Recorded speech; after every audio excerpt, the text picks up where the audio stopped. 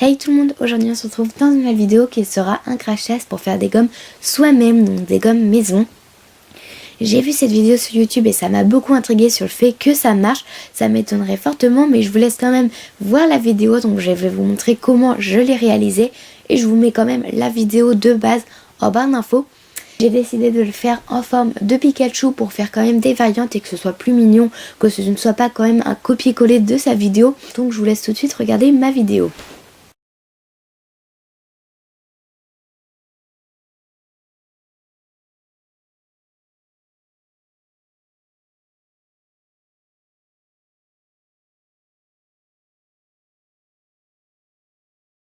Pour commencer, vous allez venir prendre votre talc que vous allez mettre sur une feuille transparente et vous allez l'étaler.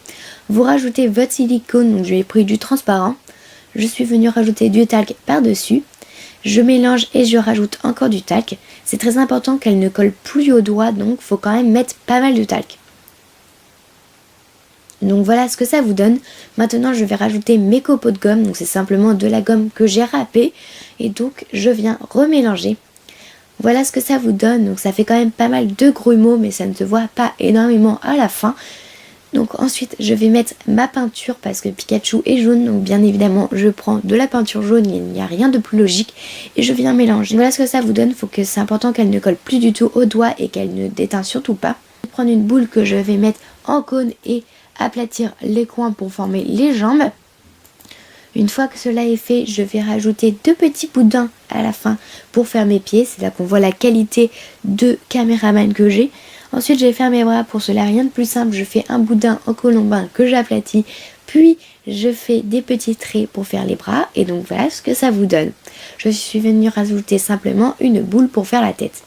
Je reprends une boule que je vais venir aplatir, ça va être pour former mes oreilles et ma queue, donc je viens découper 3 parties que je vais laisser sécher pratiquement 2 jours. Voilà ce que ça vous donne une fois sec, donc j'ai laissé bien sécher 2 jours. Je prends de la peinture noire et je vais faire les détails de mon visage, puis de la peinture rouge pour faire les pommettes comme s'il rougissait. C'est comme ça qu'on représente le Pikachu. Je viens ensuite découper mes oreilles et je les ai peints, donc j'ai oublié de vous les filmer, mais c'est pas grave.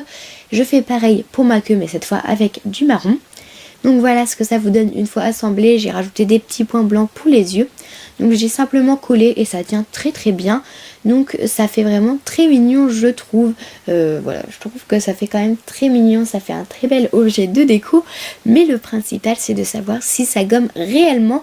Donc je vous laisse tout de suite avec la vidéo pour le découvrir. On va tester. J'ai fait simplement des petits traits sur ma feuille. Et donc on peut voir que ça ne marche strictement pas, ça étale tout. En fait ça étale, ça ne fait rien. Je vais essayer maintenant avec des gommes parce que j'en avais fait des petites, voilà, des petites basiques on va dire. Et ça ne marche non plus pas du tout, ça étale là aussi.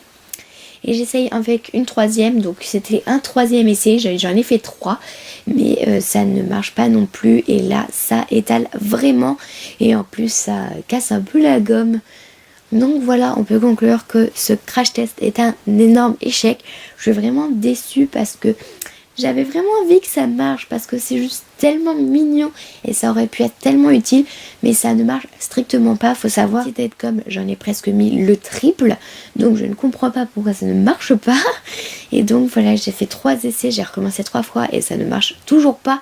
Donc je perds un peu espoir. Je m'en doutais que ça ne fonctionnait pas car dans sa vidéo, il y avait un éclairage très puissant et donc on pouvait quand même voir qu'il restait des traces. Pour conclure cette vidéo, on peut très clairement dire que ce DIY ne marche strictement pas.